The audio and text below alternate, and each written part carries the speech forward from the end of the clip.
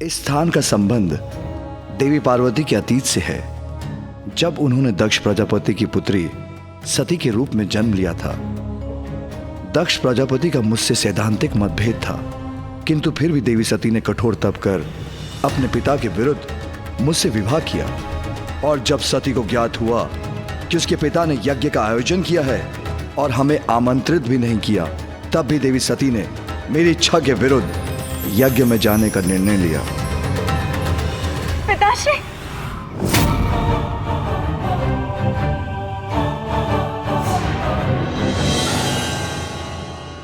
पिताश्री, पिताश्री ने मेरी ओर देखकर अपनी दृष्टि क्यों घुमा ली? प्रणाम।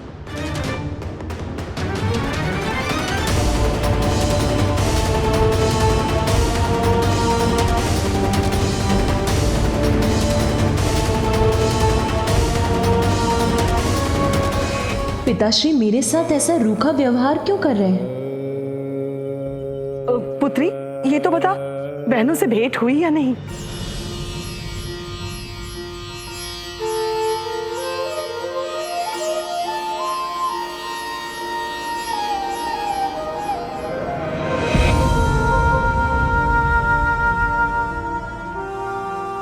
देवी प्रसूति, सभी महत्वपूर्ण अतिथि आ चुके हैं, इसलिए हमें अब यज्ञ आरंभ करना चाहिए।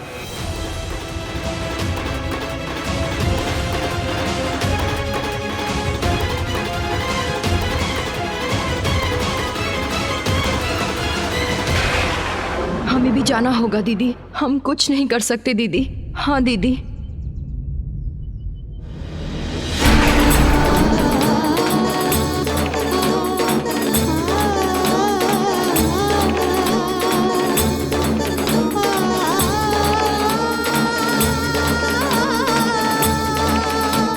यहाँ तो सभी मुझसे बच रहे हैं।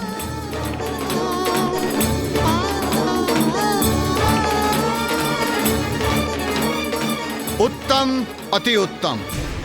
पिता श्री ब्रह्मदेव, नारायण, वरुण देव, इंद्रदेव, अग्निदेव, सूर्यदेव, सभी का हविष्य प्रस्तुत है यहां पर। ऋषि भृगु, यज्ञ आरंभ किया जाए।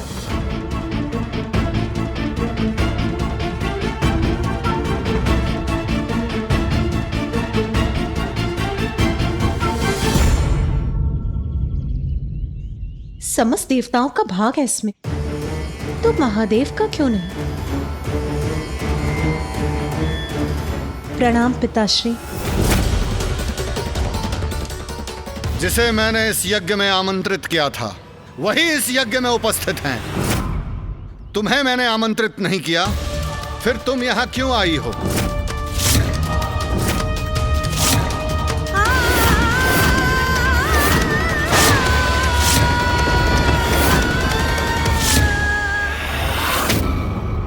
पिताश्री जो कर रहे हैं वो अनुचित है। पिताश्री, आपका क्रोध मुझसे, इसीलिए आपने मुझे आमंत्रित नहीं किया, उचित है। यह अधिकार है आपका, किंतु आप अपने क्रोध में परम मंगलकारी महादेव को ही भूल गए।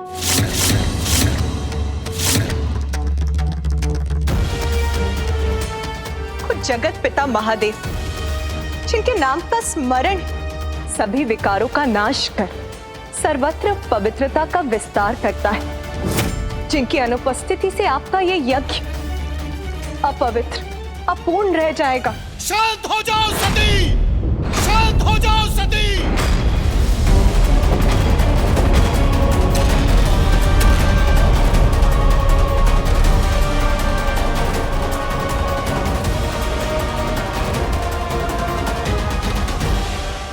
आप प्रतीक्षा ना करें ऋषि भृगु, यज्ञ आरंभ कीजिए।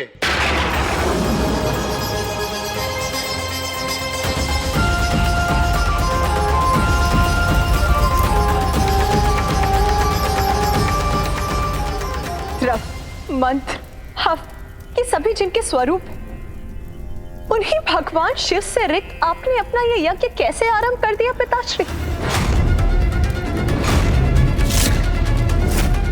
विष्णुदेव, ब्रह्मदेव, मैं आपसे भी प्रश्न करती, महादेव के बिना तो त्रिदेवों की त्रिमूर्ति अधूरी है। फिर उनके यहां ना होने पर आप सभी इस यज्ञ में कैसे भाग ले रहे हैं?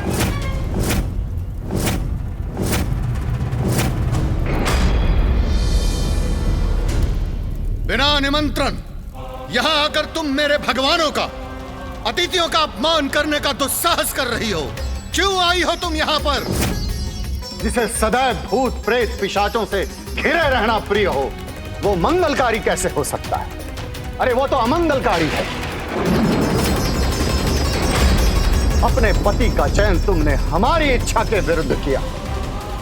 जिसके प्रेम में अंधी होकर तुमने पिता पुत्री के संबंध का सम्मान नहीं किया, जिसके अवगुण नहीं देख पाती हो तुम, उस शिव की तुलना तुम मेरे भगवानों से कर रही हो। अरे वो शिव अमंगलीय है।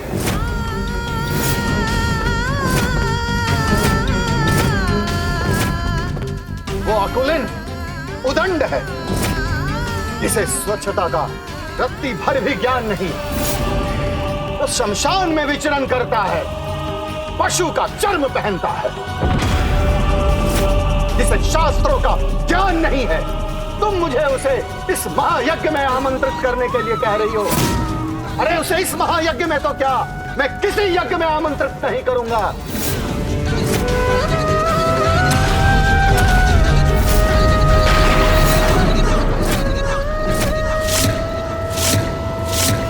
और हां, एक बात ध्यान से सुन लो। जब तुम मेरे यज्ञ में आ ही गई हो तो अपने लिए कोई स्थान ग्रहण कर लो। और हां, यज्ञ के उपरांत एक साधारण भिक्षुनी की तरह भोजन करने के बाद अपने भविष्य का भाग अवश्य लेती जाना, और साथ में आभूषण और स्वर्ण भी लेती जाना, क्योंकि तुम्हारा साधारण भिक्षुक पति तुम्हें ये वस्तुएं प्रदान नहीं कर सकता।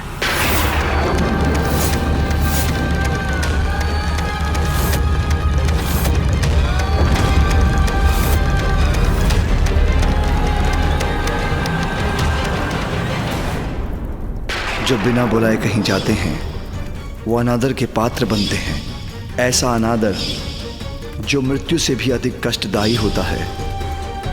इच्छा जब हठ का रूप ले लेती है तो उसका परिणाम सदैव विनाशकारी होता है।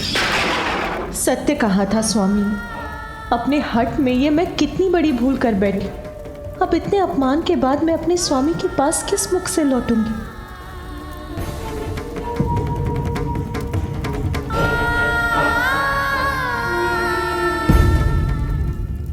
शिव, दो अक्षरों के इस नाम में ही इतनी महिमा है कि इसके उच्चारण मात्र से ही व्यक्ति पाप रहित हो जाता है, उसका उद्धार हो जाता है। उस सर्वशक्तिशाली, अति पावन, पवित्र शिव को आपने अमंगलकारी कहने का दुस्साहस किया पिताश्री।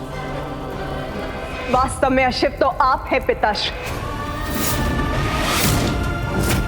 जिन्हें आप नाम से शिव और कर्म से अशिव कह रहे हैं, वो साक्षात परमेश्वर है, जो समस्त शास्त्र, समस्त नियमों, शुद्ध और अशुद्ध के भेद से परे, जिनके स्पर्श से गंगा भी पवित्र हो जाती, वो पवित्र कैसे हो सकते हैं? इसीलिए उन्हें अपवित्र कहने वाले उद्दंड और अकुलीन तो आप है पिता, आप है पिता, आप है पिता।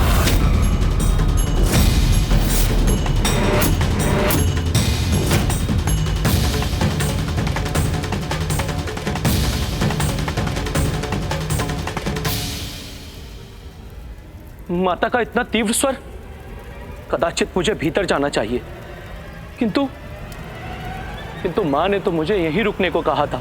क्रोध और अहंकार के अंधकार ने मेरे पिता के बुद्धि और विवेक को हर लिया, किंतु आप सभी को क्या हो गया? क्या आप भूल गए कि वो परम ब्रह्मा है?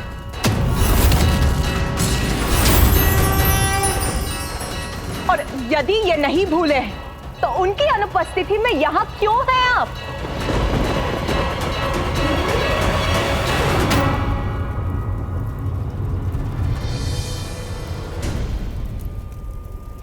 प्रजापति दक्ष, जिन शिव को आप भिक्षुक बुला रहे हैं, उन्हीं की दया और भिक्षा से हम सभी का अस्तित्व है। बहुत घमंड है ना आपको अपने पद का, अपने भव्य भवन, अपने स्वर्ण रथ वस्त्र आदि संपन्नता का, किंतु ये सभी तो नश्वर, अस्थाई, वेदों का खोखला ज्ञान है आपको। क्योंकि यदि आप वेदों का सार समझते तो आपको स्पष्ट हो जाता कि वेदों का सार उन 2 अक्षरों के नाम में स्थिर है, और वो नाम है शिव, और वो नाम है शिव, और वो नाम है शिव, और वो नाम है शिव।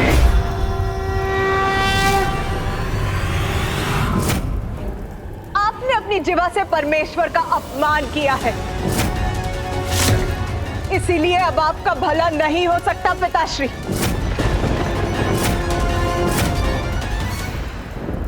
जो महादेव की निंदा करता है और जो मौन रखकर उनकी निंदा को सुनता है, वो सभी महादेव के अपराधी हैं।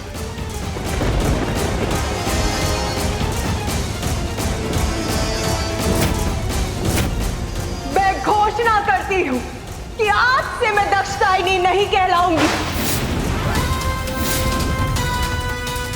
आपकी पुत्री के रूप में मुझे अपना परिचय स्वीकार नहीं है।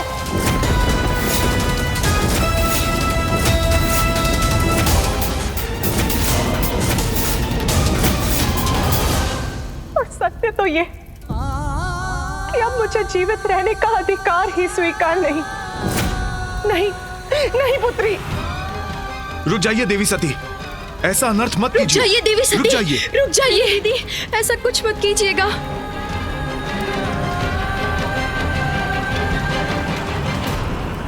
जो अपने प्रियजनों के उचित सुझाव कौन सुना करता, उसका यही परिणाम होता है। मैंने अपने स्वामी के शब्दों पर ध्यान नहीं दिया, इसीलिए मैं इस स्थिति की भागी हूं।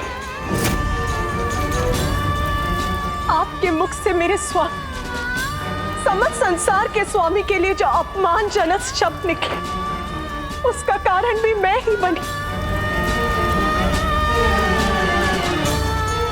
यदि मैं यहां नहीं आती तो आप मेरे स्वामी के लिए अपशब्द नहीं कह पाते।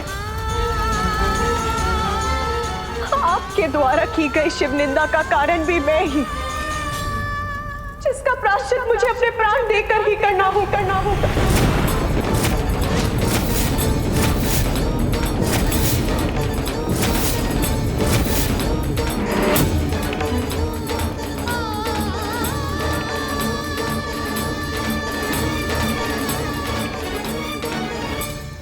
मुझे क्षमा कर दीजिए प्रभु, ऐसे दंड की अधिकारी।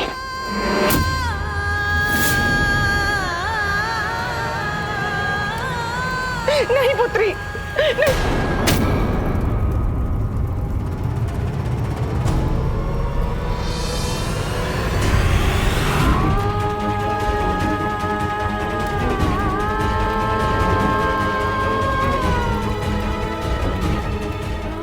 मुझे क्षमा कीजिए स्वामी, किंतु आज की ग्लानि के साथ मैं जीवित नहीं रह सकती। सती नहीं बेटा।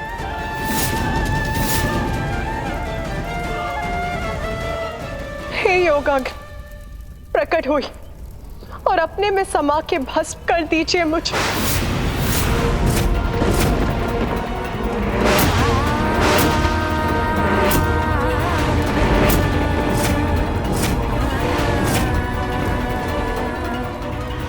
रुकिए देवी सती, अपना आवाहन वापस ले लीजिए। रुक जाइए देवी सती, कृपया देवी रुक सती, जाइए। रुकिए देवी सती, देवी सती, अपना आह्वान वापस ले लीजिए।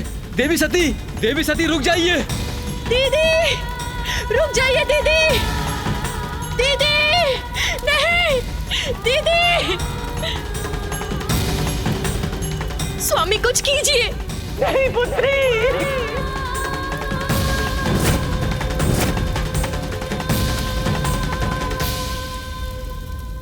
कि यदि यज्ञ में वो हमारी उपस्थिति नहीं चाहते हैं तो हमें तुम्हारे पिता की इच्छा का मान रखना चाहिए। हमें वहां देखकर उनका क्रोध जागृत होगा और क्रोध से उनका यज्ञ असफल होगा। सती, यदि तुम जाने का निर्णय ले ही चुकी हो तो मैं तुम्हें रोकूंगा नहीं। महादेव नाथ नाथ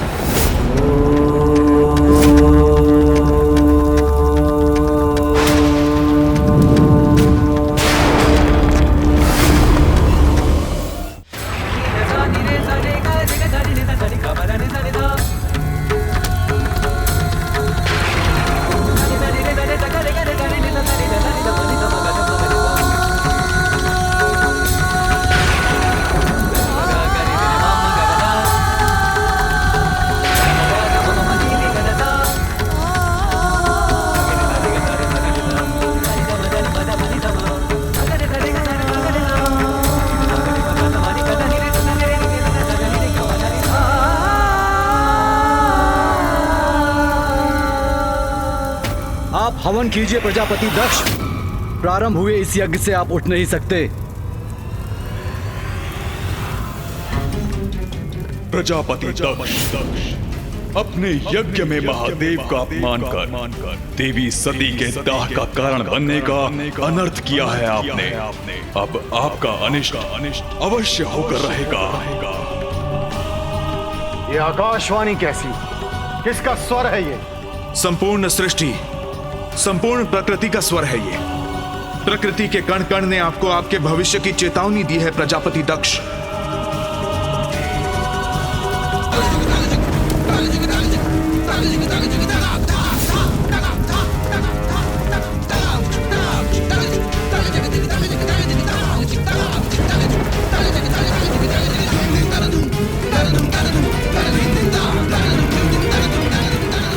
प्रजापति दक्ष, अपने अहंकार से ये कैसा अनर्थ कर दिया तुमने? पिताश्री, अनर्थ अहंकार मैंने नहीं, सती ने किया है,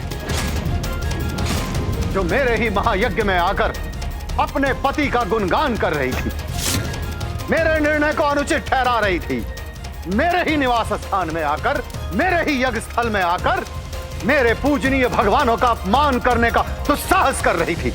उसकी इस उदंडता का दंड तो उसे मिलना ही चाहिए था।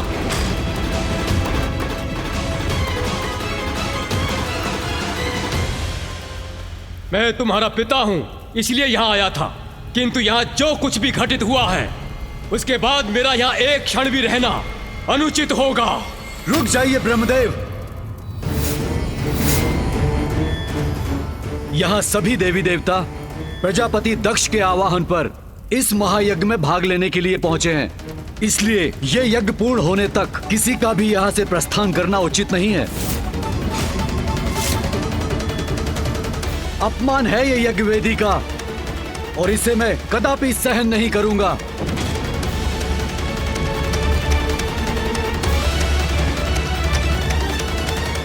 घोषणा करता हूं मैं, यदि आप में से कोई भी यज्ञ अधूरा छोड़ के गए तो आज के पश्चात आपके लिए कोई यज्ञ नहीं करेगा।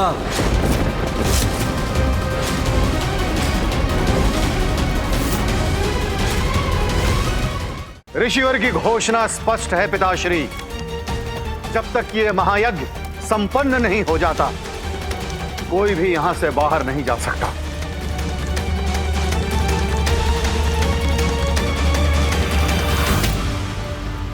प्रत्येक यज्ञ किसी न किसी के कल्याण के लिए किया जाता है, किंतु यहां तो विध्वंस हो रहा है। प्रभु नारायण, आराध्य हैं आप हमारे, वचन दिया है आपने हमारी रक्षा का, इसलिए यज्ञ में आपका रहना अनिवार्य है। भक्त के सामने भगवान भी विवश हो जाते हैं नारायण। जो हुआ वो अनुचित था, जो अब हो रहा है वो और भी अनुचित है, किंतु वचनबद्ध होने के कारण हमें यहां रहना ही होगा। भीतर की ये शांति चुप क्यों रही है? ना तो यज्ञ के मंत्रोच्चारण की कोई ध्वनि आ रही है और ना ही अब कोई माता का स्वर सुनाई दे रहा है। मुझे भीतर जाकर देखना चाहिए। कुशल तो है मां। प्रजापति दक्ष, हमें यज्ञ क्रिया को आगे बढ़ाना होगा, अन्यथा आपका ये महायज्ञ असफल हो जाएगा।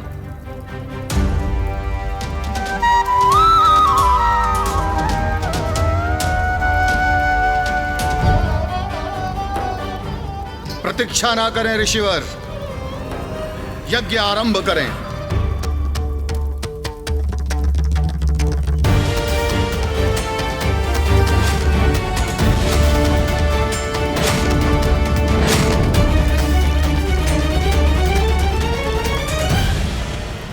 माता,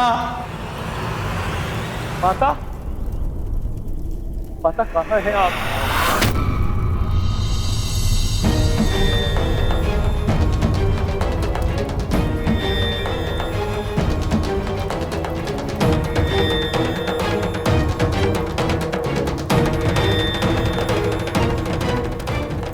पुष्प के समान कोमल मेरी पुत्री को ये कैसा कष्ट भोगना पड़ रहा है।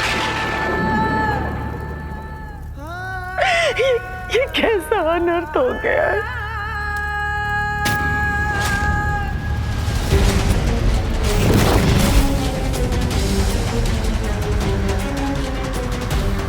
माता,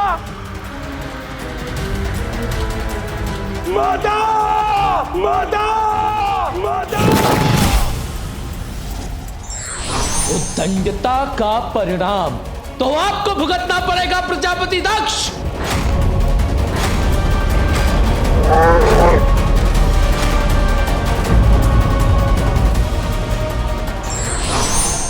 अहंकार व्यक्ति का सबसे बड़ा शत्रु होता है।